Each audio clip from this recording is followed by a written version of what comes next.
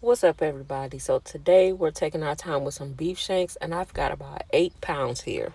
I already got them clean, and I trimmed off that heavy excess fat. And these are the spices and seasonings that I'm going to be using. Also got some chopped vegetables and some tomato paste. I'm going in heavy with the seasonings. Y'all saw the blend of spices that I'm using, and you just want to get it on there heavy. We don't want no bare spots.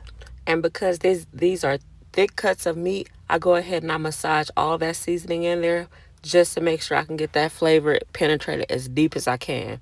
I go ahead and flip everything over and I repeat the seasoning process. Like I said, I season every inch of the meat and I do not waste the seasonings that's on the pan. I use that and season the outside of the meat as well, like I'm doing here. We don't want to waste none of that seasoning.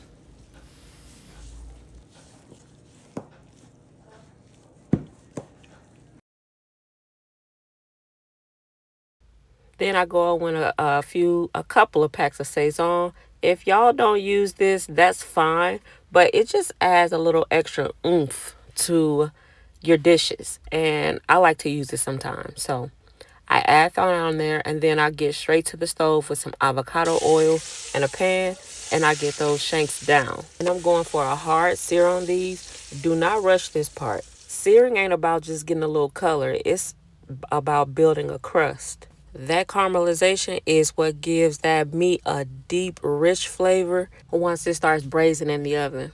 You ain't got to do too much to it. Just let it sit until it pulls away from the pan on its own. Once the meat's out of the pan, I go ahead and drop in the aromatics, the chopped bell peppers, onions, whole garlic cloves, and I did some chopped carrots this time as well. And y'all seeing that rosemary and that thyme going in along with some of the same spices I use to season the meat. And I'm sauteing these just until they get fragrant and a little soft.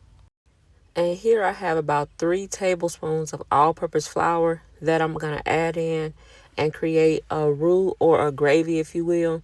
And you want to keep this mixture moving in the pot because if it sits too long, it's going to start to burn on you. So keep that spoon moving. And this part alone should take about 1 to 2 minutes. Now, after I got that worked in, I went ahead and added about 2 or 3 tablespoons of tomato paste. And what that tomato paste is going to do is give our gravy that deep, rich, dark color. And it's going to add a bit of acidity too to balance out all that nice, rich flavor.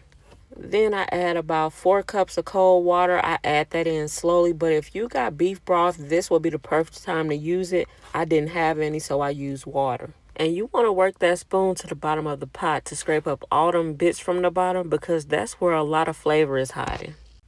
And once it's smooth and everything is scraped up, I go ahead and I tuck the meat back into the pot and I cover it tight with foil. I get it into the oven at 375 degrees for 2 hours. And then after the 2 hour mark, I turn it down to 325 and I let it cook for another 2 hours. Make sure you get all them drippings from the meat resting into that pot too. It's all flavor. And look at this. The meat done fell clean off the bones. That gravy is nice and thick, just like I wanted it to be. And we're serving this up over a bed of mashed potatoes and a side of cabbage. Y'all, this plate was so delicious. I wish we had smell-o-vision right now.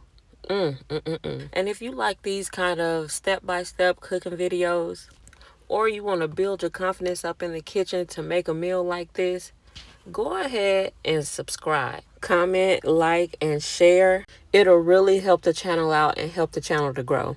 Now, I done showed y'all how to make it. You better go ahead and make you some. Thanks for watching, y'all. See you in the next video.